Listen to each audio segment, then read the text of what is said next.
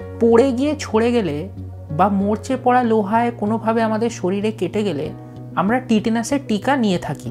তবে আপনি কি জানেন যে টিটেনাস আসলে কি? কেনই বা আমাদের টিটেনাসের টিকা নেওয়া জরুরি? প্রত্যেকবার কেটে গেলে কি আমাদের টিটেনাসের টিকা নেওয়া জরুরি?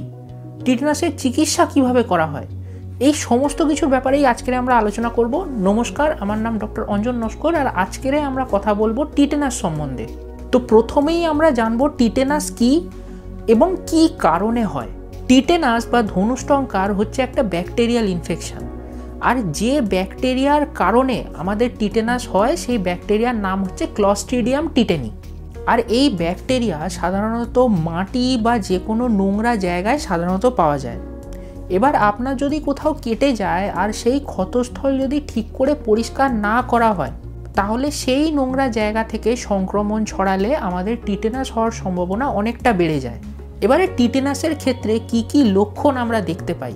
সাধারণত ইনফেকশন হওয়ার 2 থেকে 3 সপ্তাহের মধ্যেই টিটেনাসের সিমটমস আস্তে আস্তে দেখা দেয় পেশেন্টের মধ্যে। আর টিটেনাসের ক্ষেত্রে প্রথম সিমটম যেটা আমরা সাধারণত দেখতে পাই সেটা হচ্ছে মাসেল স্প্যাজম। ব্যাকটেরিয়ার দ্বারা তৈরি করা কিছু টক্সিনসের কারণে আমাদের মাংসপেশি ক্রমশ শক্ত হয়ে যায়, ঘাড় ও চোয়ালও আমাদের ক্রমশ শক্ত হয়ে যায় এই টক্সিনের কারণে।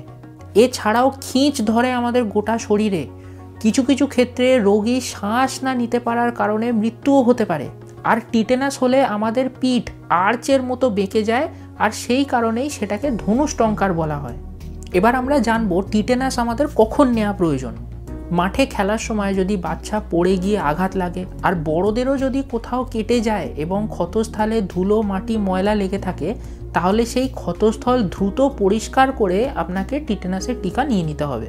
ছড়ে গেলে বা কেটে গেলে যত তাড়াতাড়ি সম্ভব টিটেনাসের ইঞ্জেকশন আমাদের নিয়ে নেওয়া উচিত, কারণ টিটেনাসের ইঞ্জেকশন নিতে যত লেট হবে আমাদের শরীরে ইনফেকশন ছড়ানোর সম্ভাবনা তত বেশি বেড়ে যাবে।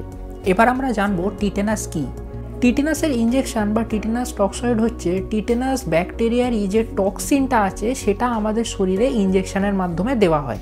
এবারে এই টক্সিন আমাদের শরীরে যাওয়ার কারণে আমাদের শরীরে অ্যান্টিজেন তৈরি হয়, আর এই অ্যান্টিজেনই আমাদের বাঁচায় টিটেনাস ইনফেকশন হওয়া থেকে। এবার আমরা জানবো বাচ্চাদের কোন বয়সে টিটেনাসের ইঞ্জেকশন দেওয়া হয় সেই সম্বন্ধে। বাচ্চাদের ক্ষেত্রে টিটেনাস ভ্যাকসিন দেওয়া হয় ডিপথেরিয়া এবং পার্টুসিস ভ্যাকসিনের সাথে, যেটাকে আমরা একসাথে ডিপিটি ভ্যাকসিন বলে থাকি। এবার এই ডিপিটি ভ্যাকসিন দেওয়া হয় সাধারণত 6 সপ্তাহে, 10 সপ্তাহে এবং 14 সপ্তাহে। এছাড়াও 3টে বুস্টার ডোজও দেওয়া হয়। এই 3টে বুস্টার ডোজের মধ্যে প্রথম বুস্টার ডোজটা দেওয়া হয় 1.5 থেকে 2 বছর বয়সের মধ্যে, দ্বিতীয় বুস্টার ডোজ দেওয়া হয় 4 থেকে 6 বছর বয়সের মধ্যে, আর তৃতীয় বুস্টার ডোজ দেওয়া হয় 10 বছর বয়সে। এবার অনেকের মধ্যেই একটা প্রশ্ন থেকে যায় যে আমাদের যদি বারবার কেটে যায়, বারবার ছড়ে যায়, আমাদের কি প্রত্যেকবার টিটেনাসের ভ্যাকসিন নেওয়া প্রয়োজন? এবারে সেই ক্ষেত্রে বলতে গেলে আপনার টিটেনাসের ইঞ্জেকশন নেওয়ার প্রয়োজন আছে কিনা সেটা নির্ভর করে আপনি কতদিন আগে টিটেনাসের ভ্যাকসিন নিয়েছেন সেটার উপর। এবার আপনার ক্ষতস্থল যদি পরিষ্কার থাকে, মানে ক্ষতস্থলে যদি কোনো ধুলো মাটি ময়লা না লেগে থাকে, আর আপনার যদি মনে থাকে যে আপনি গত 10 বছরের মধ্যে টিটেনাসের টিকা নিয়েছেন, তাহলে সেই ক্ষেত্রে আপনার টিটেনাসের টিকা এই মুহূর্তে নেওয়ার প্রয়োজন নেই। এবারে আপনি গত 10 বছরের মধ্যে যদি টিটেনাসের টিকা না নিয়ে থাকেন, তাহলে সেই ক্ষেত্রে আপনাকে একটা টিটেনাসের টিকা নিয়ে নিতে হবে।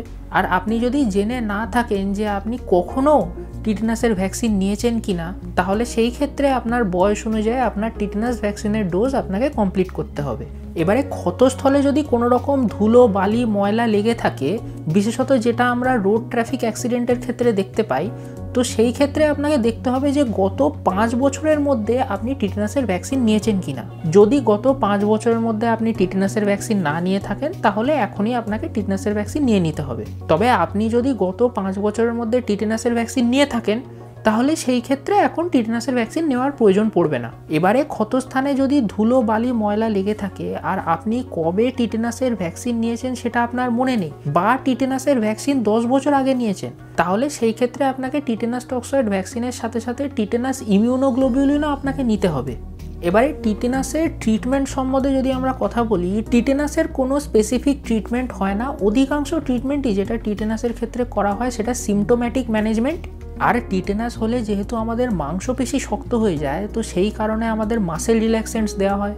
আর টিটেনাসের ক্ষেত্রে আমাদের রেসপিরেটরি মাসেলসও ড্যামেজ হয়, সেই জন্য পেশেন্টকে কিছু কিছু ক্ষেত্রে ভেন্টিলেটর সাপোর্টে রাখা হয়। মাঝে মাঝে অ্যান্টিবায়োটিক্স ব্যবহার করা হয় ব্যাকটেরিয়ার বংশবৃদ্ধি কমানোর জন্য। তো টিটেনাস সম্বন্ধে এই ভিডিও আজ এই পর্যন্তই। ভিডিও সম্বন্ধে আপনার কি মতামত সেটা কমেন্টের মাধ্যমে জানাতে পারেন। ভিডিওটি যদি ভালো লেগে থাকে তাহলে ভিডিওটি একটি লাইক এবং চ্যানেলটিকে সাবস্ক্রাইব করে পাশে থাকবেন। ধন্যবাদ।